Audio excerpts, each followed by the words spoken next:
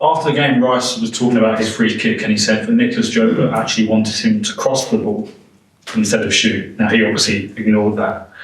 Do you like that the players in those moments can take the initiative and say, I know the coach wants me to do this, but I sense something. I sense I can do it. I love it, especially when it goes to the back of the net instead of a counter-attack. So, yeah, I mean, they have to make the decision. We are here to help them, to try to paint the picture of what the options are. But I loved it. I think when we talk about making the next step is a lot about that. It's about taking initiative, making things happen on the pitch, and believing that you can actually win the game by yourself sometimes. And I was really impressed the way he did it. And you always talk about needing magic moments, and sometimes magic moments, and they're not born out of following the rules. Sometimes you have to break the rules.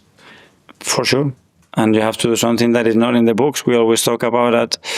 It's like the energy that we create in the stadium. That's a magic moment. You know, it felt like the crowd was taking that ball and put it into the net. It was something special that night from the beginning.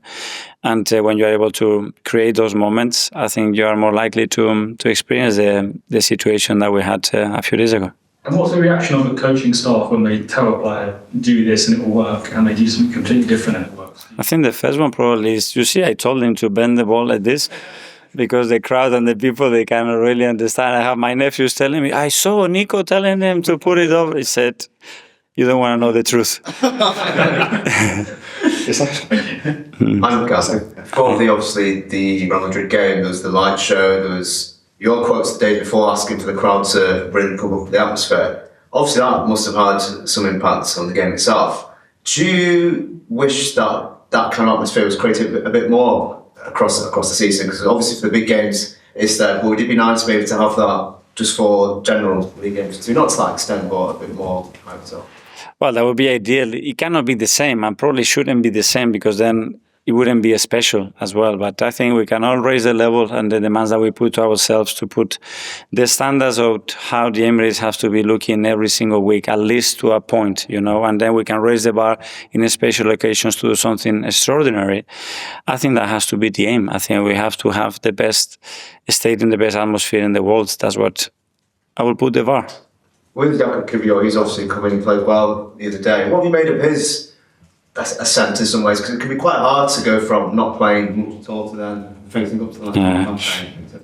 I mean, super difficult, very difficult to do what he's done. Really impressed with him. I don't know if the word is surprise, because the way he trains, the way he commits to every drill in training, the way he reacts when he's not playing, it's phenomenal. But then you have to do that against the best strikers in the world. But I mean, the partnership, the way they work together, I think they really both step up in the oceans of Gabi.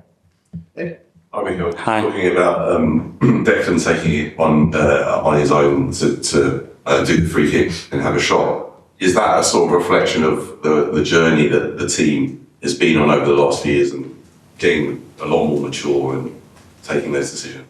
Yes, and probably it's related to confidence as well, and feeling and owning that moment, which is really important. So, I mean, there's no coincidence that all the top teams, you look at the games in the Champions League, the amount of individual moments that won the football matches. I mean, in Champions League at this level, that's a necessity. Without that, I don't think you have a chance to progress and be in the finals and winning trophies like we won. And I think a lot of people would have been surprised by the result, just given a number of injuries and problems that you've had this year. But do you think that shows, such an amazing result shows you what you're capable of, even with a few players missing, and what you can achieve?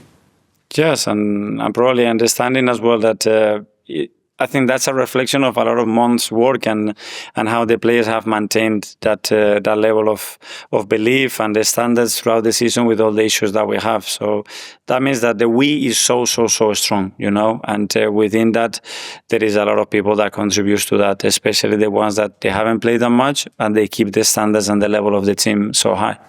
Okay, last couple. Gary? Sorry, Gary and Darren. Mikel, you said about you need to put the energy into keeping, making the players feel valued.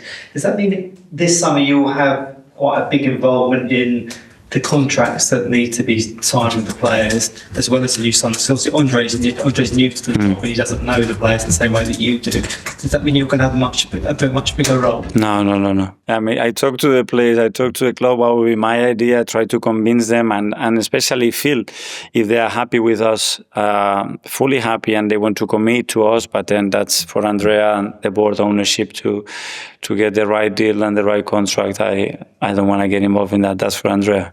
And with all the sort of deals you've got to do as well as the new signings, and there's been a lot of pressure on the wage bill over the last couple of years anyway.